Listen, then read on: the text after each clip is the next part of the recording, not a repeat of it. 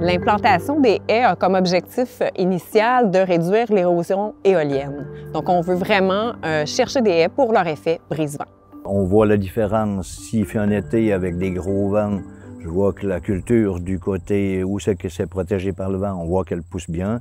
On voit qu'il y a eu moins d'érosion l'hiver à cause des grands vents ou des gels au printemps. La raison qui m'a amené en fait à vouloir implanter un brise-vent ici, c'est que quand on s'est établi dans la région, on cherchait une propriété et puis on a eu un coup de cœur avec l'endroit ici.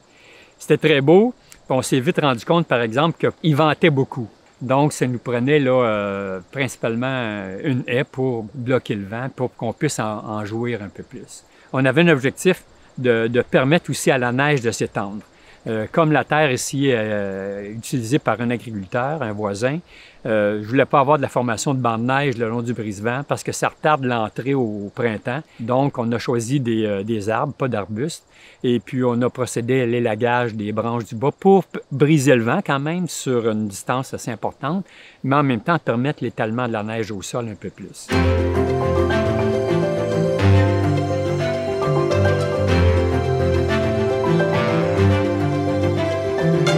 Les agriculteurs sont des architectes du paysage. Par l'ajout de haies dans leurs champs, on va amener couleurs, structures, diversité qui vont vraiment embellir le paysage.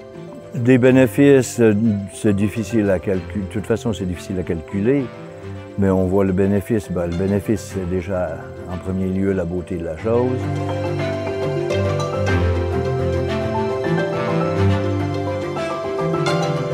Il y a un effet brise-vent qui est sans contredit bénéfique pour les cultures, mais en plus de ça, les haies vont apporter de nombreux services écologiques à l'agroécosystème.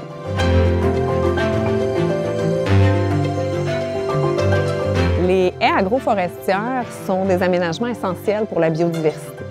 Que ce soit en bande riveraine élargie ou encore en haies brise-vent, ils vont vraiment desservir de nombreux services écosystémiques.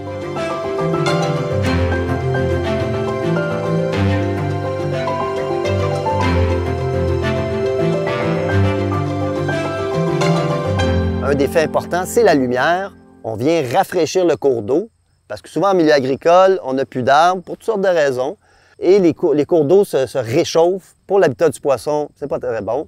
On vient rafraîchir et sur des grandes distances. Donc, on crée vraiment un habitat plus favorable pour le poisson. Alors, ça nuit pas à l'autre côté de la culture, parce que la décharge est très large, donc ça fait pas d'ombre du fait qu'on a placé la haie brise-vent du côté sud. Alors le soleil, ça ne dérange pas pour l'autre côté.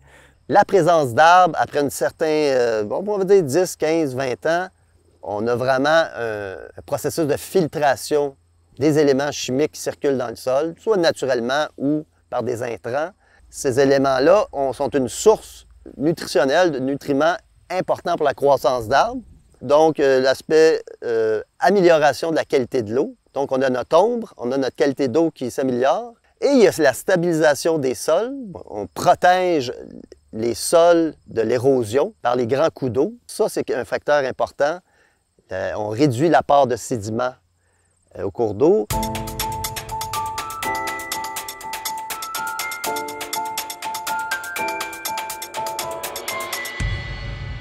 Les haies servent de corridor de déplacement pour la faune. Elles vont permettre à la faune de se déplacer à couvert et améliorent ainsi la connectivité avec les milieux naturels. La connectivité, c'est comment on fait le lien entre les massifs boisés, que ce soit des érablières, des haies, des bandes riveraines. Des fois, ce qui va être intéressant quand on plante des haies, c'est qu'on assure une connexion entre deux milieux. Par exemple, une bande riveraine boisée et une érablière. L'intérêt de cette connexion-là, ça va permettre la circulation de certaines espèces fauniques, des oiseaux. Ça va également assurer au niveau du sol l'hébergement de plein d'insectes qui peuvent être très utiles pour l'agriculture. Puis généralement, ce qu'on dit, c'est qu'on sent que cet effet-là se prolonge à peu près sur 60 mètres de l'air. On a remarqué aussi que les oiseaux se promènent plus. On voit des corneilles juchées dans la haie brise-vent. Il vient se promener après ça dans les arbres autour de la maison. C'est pareil pour les jets bleus, il y a du pic doré.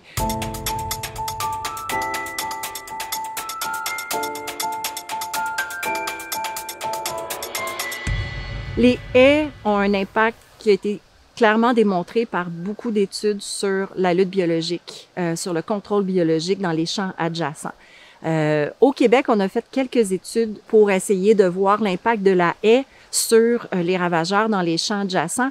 Entre autres, ce qu'on a pu montrer, c'est que quand il y a des haies brise-vent, on a beaucoup moins de trips et de pucerons, jusqu'à 60 mètres à l'intérieur de distance de la haie, tout simplement parce que beaucoup de ces ravageurs-là, ils volent, mais de façon passive. Ils se laissent transporter par le vent. Et quand on a une haie brise-vent, bien nécessairement, ces insectes-là ne peuvent pas passer parce qu'ils volent pas à des très hautes distances, ils se laissent porter par les vents d'un champ à l'autre. Les haies ont plusieurs avantages pour les auxiliaires de lutte. C'est les sites d'hibernation de beaucoup d'espèces. Les coccinelles, par exemple, vont venir hiberner au pied de certaines espèces d'arbres selon l'espèce de coccinelle. Il va y avoir les guêpes parasitoïdes viennent hiberner aussi en bordure. Les araignées vont hiberner. Les carabes vont hiberner dans les bordures herbacées au bord des champs aussi. Donc, pour l'hibernation, c'est super important d'avoir ces haies-là. Ça va garder, surtout les arbres vont garder un couvert de neige et la température du sol va être à 0 degré tout l'hiver. Donc ça, c'est super important pour la survie de nos auxiliaires de lutte. Pendant la saison, ça peut servir de ressources alternatives. Donc, s'il n'y a pas de proie dans le champ, ils vont rester en bordure parce qu'il y a d'autres proies pour eux.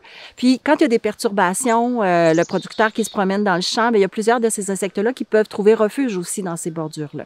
Donc, c'est des endroits qui sont vraiment, vraiment importants là, pour garder nos auxiliaires de lutte tout près de nos champs.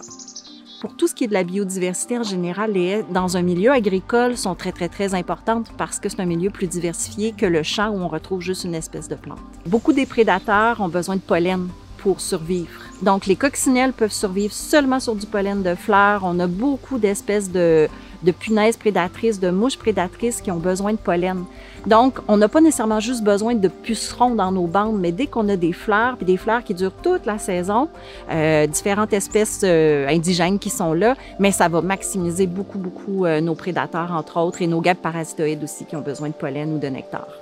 Dans certains cas, pour certaines espèces exotiques envahissantes, comme par exemple le puceron du Soya, on a fait une analyse de paysage agricole en Montérégie, puis on a été voir un peu l'effet du paysage, l'effet des haies, des boisés, la diversité des cultures dans le paysage en Montérégie.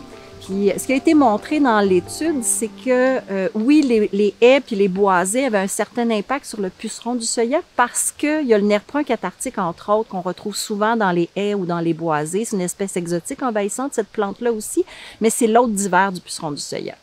Par contre, ce qui a été montré aussi, c'est que ces haies-là hébergeaient énormément de coccinelles, énormément de parasitoïdes et que dans les faits, quand on avait beaucoup de haies dans notre environnement, on avait un meilleur contrôle du puceron du Soya.